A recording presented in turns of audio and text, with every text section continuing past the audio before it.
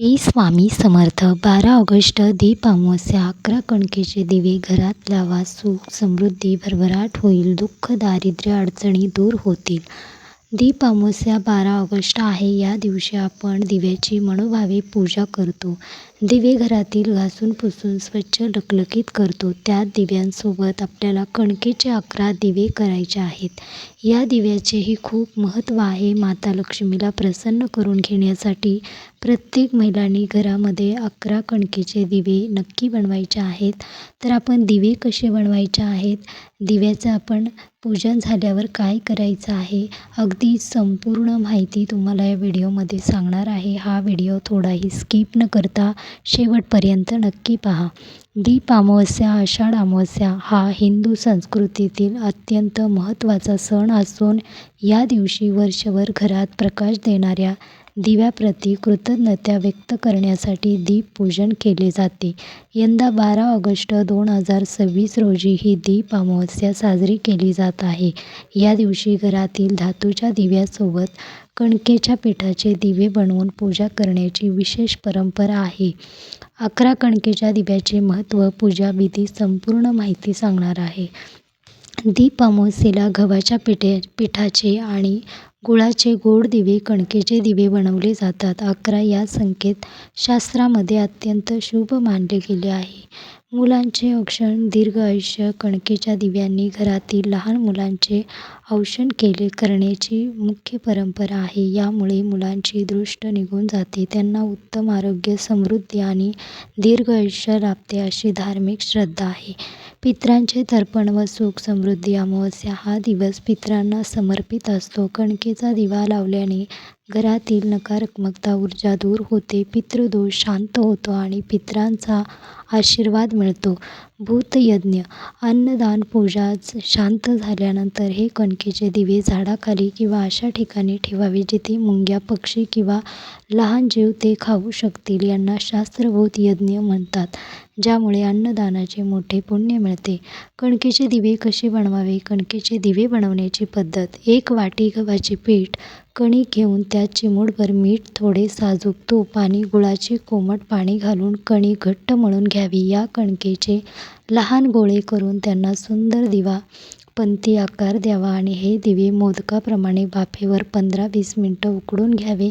दीपपूजन मुख्यत्वे संध्याकाळी केले जाते. घरातील सर्व धातूचे दिवे समयी निरांजन. लहान पंत्या घासून पुसून लकलकीत स्वच्छ करावे. उकडलेले 11 कणकेचे दिवे पानात किंवा ताटात पूजेसाठी तयार ठेवावे. एका पाटावर किंवा चौरंगावर स्वच्छ वस्त्र, लाल किंवा पिवळे अंतरा. पाटाभोवती सुंदर रांगोळी. पाटावर अक्षता किंवा तांदळाचे छोटे छोटे ढीग तयार करावे. सर्व स्वच्छ केलेले धातूचे दिवे, कणकेचे 11 दिवे व्यवस्थित मांडा. सर्व दिव्यामध्ये साजूक तूप किंवा तिळाचे तेल घालून कापसाची वात लावा आणि सर्व दिवे प्रज्वलित करा. दिव्यांना हळदी, कुंकू, गंध, चंदन लावा आणि अक्षता व फुले अर्पण करा. धूप आणि अगरबत्ती ओवाळा. दिव्याची पूजा करताना खालील मंत्र म्हणावा, ज्यामुळे घरातील अज्ञान आणि अंधार दूर होतो. दीप सूर्य अग्नी स्वरूपा तत्व तेजासा, तेज उत्तम गृहमा मत्कृता पूजा सर्व काम प्रदो भव.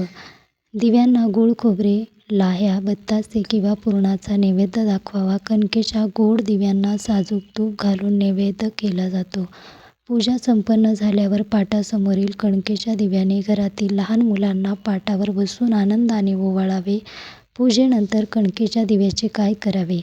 दक्षिण दिशा. पितरांसाठी 11 दिव्यापैकी एक कणकेचा दिवा आवर्जून घरातील दक्षिण दिशेला लावा. दक्षिण दिशा यमाची आणि पितरांची मानली जाते, ज्यामुळे पूर्वज प्रसन्न होतात. मुख्य प्रवेशद्वार. एक दिवा घराच्या मुख्य चौकटीवर उंबरठ्यावर डाव्या किंवा उजव्या बाजूला ठेवा.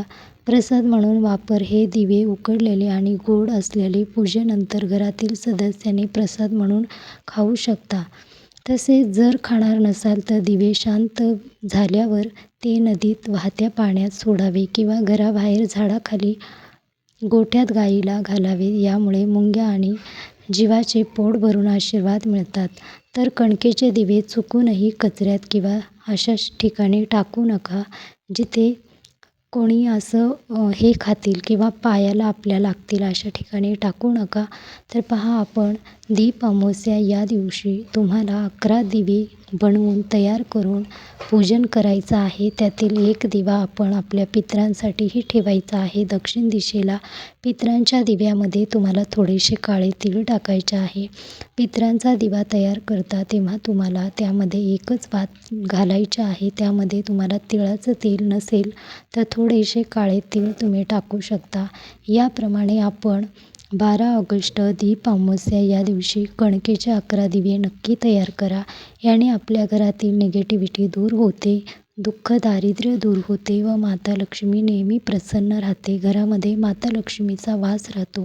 जिथे पितरांचा भरभरून आशीर्वाद आहे, पितृ आपल्यावर, पितरांची कृपा आहे, त्या ठिकाणी कधीही अडचणी समस्या येत नाहीत. महिलांनो, एक काम कमी करा पण आपल्या पितरांसाठी ही सेवा नक्की करा. तसेच मुलांनाही ओवाळा. आपल्या घरामध्ये या दिवशी अंधार कुठेही नसायला हवा. जिथेही दिवे प्रज्वलित आहे, दिवे लखलखीत करत आहेत, त्या घरात माता लक्ष्मीचेही आगमन होते.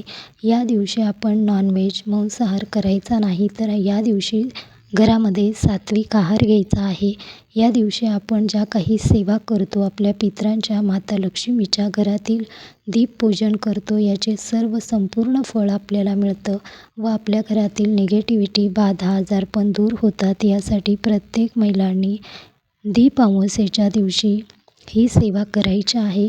अगदी 11 दिवे तयार करायचे आहेत व आपल्या मुलांनाही ओवाळायचे आहे. आपल्या पितरांचीही सेवा करायची आहे, माता लक्ष्मीचीही सेवा करायची आहे. याप्रमाणे तुम्ही साध्या सोप्या पद्धतीमध्ये ही सेवा नक्की करा.